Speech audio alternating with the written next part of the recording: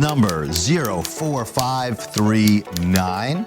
This is a case where one of you has been overcharged tremendously by Amazon's FBA system.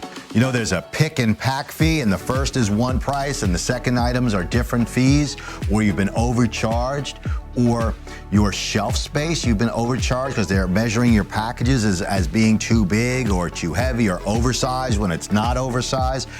And Amazon makes these mistakes all the time. So there are ways of getting your money back amicably, and there are a lot of great companies out there that do that.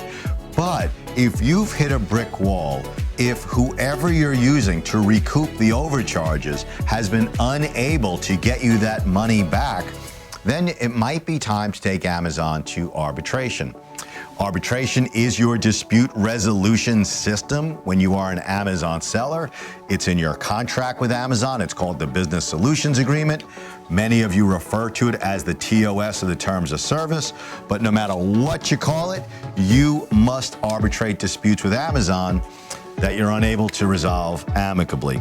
So in this particular case, before we file for the arbitration, which has filing fees and has costs, and then once you file it, it takes time for Amazon's lawyers to respond and to really get the ball moving, we have sent what we call a pre-arbitration demand over to Amazon's outside counsel, who we know from our extensive experience arbitrating cases against Amazon, they're the ones who are going to end up with the file, so we might as well try and resolve it quickly and efficiently before you pay the filing fees. So that's what we're doing in this case, and I'm hopeful that when Amazon's outside counsel takes a look at the evidence that we have that Amazon overcharged our client, and then Amazon's lawyers bring that information back to the people that they work with at Amazon, that the case will resolve. Now, if it doesn't, believe you me, I have no problem filing for arbitration. I have no problem